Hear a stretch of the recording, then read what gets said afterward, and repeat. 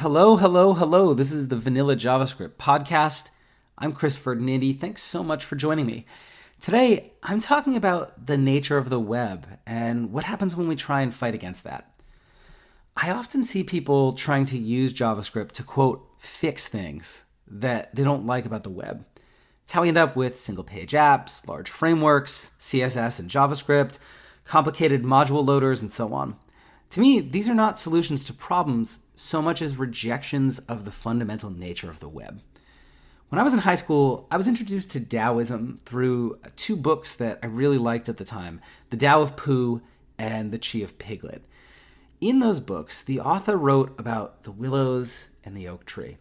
In a storm, the unbending oak tree falls over, while the willows bend with the wind and remain standing the next day. He wrote of water in a flowing river. Rather than coming up with clever ways to remove rocks from its path, it flows gently around them and slowly carves away at them over time.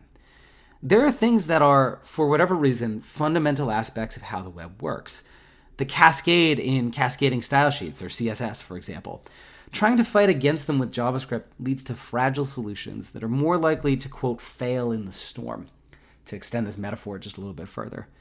Embracing the nature of the medium results in both a happier developer experience for you and more resilient apps and websites for the people who use them.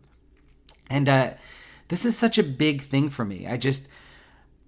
If you take anything away from the work I do and from this podcast and from the articles I write over at gomakethings.com, it's that I really want you to embrace the nature of the web and use what browsers give you and the way they're intended to work as much as possible. And if you find yourself fighting against that, it might be time to, rather than coming up with a clever solution to work around it, take a step back and evaluate whether what you're doing really even makes sense at all.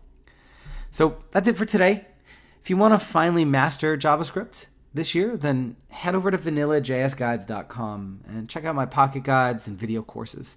They're short, focused, and made for beginners, and you'll learn the ins and outs of a topic in under an hour. And if you've already gone through all of those, I also have a newish offering over at vanillajsprojects.com, where I have a handful of projects with information to get you started, some details on what you're trying to do, and starter templates to help you kick things off.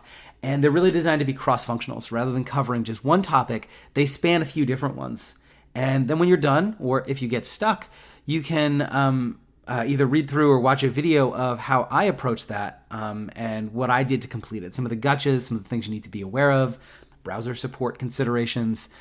So if you're someone who likes to learn by doing, that's really a nice way to dig deeper into JavaScript. At any rate, I will see you next time. Thanks so much for listening. Cheers.